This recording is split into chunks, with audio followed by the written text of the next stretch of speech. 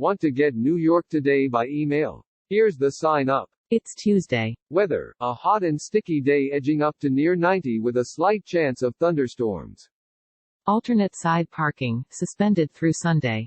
Primary day is here, and polls are open from 6 a.m. to 9 p.m. in New York City.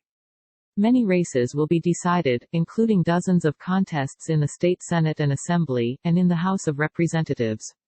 In Queens, voters will pick the next borough president. But the day has been complicated by the coronavirus. In late April, New York officials canceled the state's Democratic presidential primary because of health and safety concerns, and because the results would not change the outcome of the national contest. A week later, a federal judge ruled that the vote would proceed in June as planned. Also, more than 700,000 New York City residents have requested absentee ballots in the wake of the pandemic, a staggering number compared with previous years.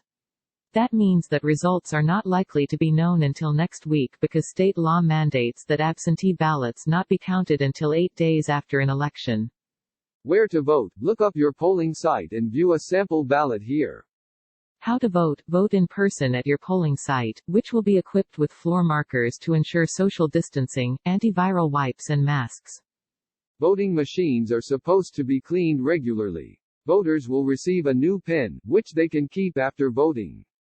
It's too late to request an absentee ballot. But if you have one, it must be postmarked, or delivered in person to your polling site or your borough's Board of Elections, by Tuesday. If you requested but did not receive an absentee ballot, you are still eligible to vote in person. Who can vote? You must be a registered member of a political party that has a contested primary.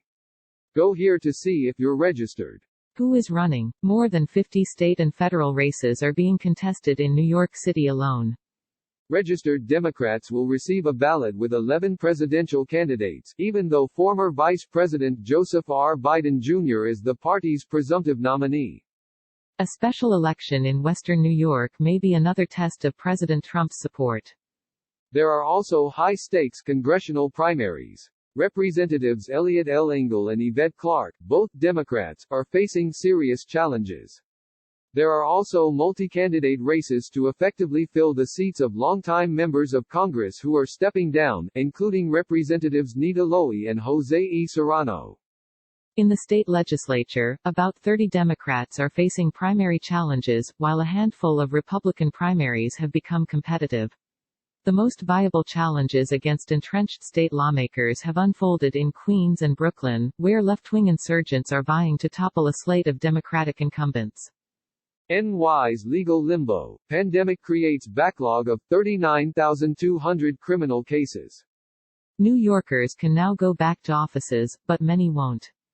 A moratorium on evictions ends, leaving thousands of tenants fearful. U.S. soldier admits plotting with neo-Nazi cult to kill fellow troops.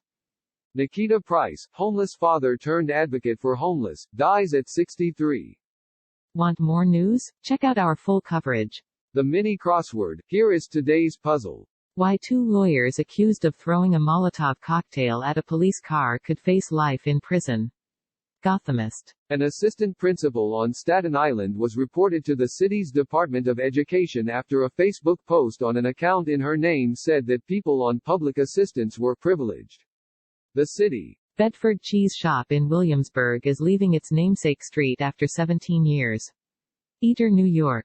Jessica Shaw writes. It was 3:37 a.m. on Atlantic Avenue in Brooklyn when Lewis Miller let out a sigh of relief.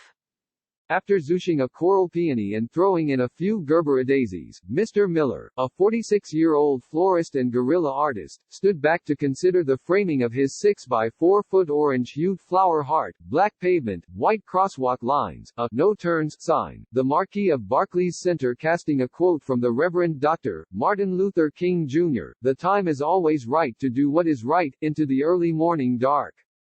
"We're good," he said. "Let's go." The heart was one of Mr. Miller's flower flashes, large floral arrangements that he has placed around New York City for years.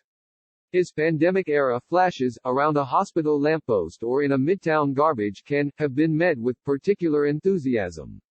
Social media viewers from around the world have sent him hundreds of heartfelt letters and fan art. "This is the most beautiful thing I've seen in a long time," said an observer, holding a cane in each arm. Read more about Mr. Miller's early morning, pedal-powered trip through the city. Mr. Miller later jumped into a large van carrying 12,000 flowers in the back and drove through the city, leaving a heart zip tied onto N.y.c train entrance under a mural of the notorious Big. Crossing the Manhattan Bridge, Mr. Miller pondered the future. What's our city going to look like in 3 months? By 4:47 a.m., on Spring Street in Manhattan, the deep hum of garbage trucks was serenading his crew members as they placed a Purple Heart against a blood-red wall of graffiti. "We may be alone but together we'll conquer." We always joke about how a good Flash is both confident and cavalier, but the true secret sauce is the city, Mr. Miller said. It's Tuesday, smell the roses. Dear Diary. Our son and daughter-in-law were expecting a baby, so when we got the 3 a.m. call, off we went to the airport to catch the next flight from Minneapolis to New York. We arrived in time to wait, and wait, in the lobby at Columbia Presbyterian Hospital. For lunch, we had burgers and fries delivered from a nearby deli. We scarfed it all down as though we had never eaten before. Around 5 p.m., we went upstairs to visit the soon-to-be parents with some other family members who had driven in from Cleveland. In the elevator back to the lobby, they said that they had ordered dinner and that it should be there soon. When the delivery arrived, it was the same burgers and fries ordered from the same deli.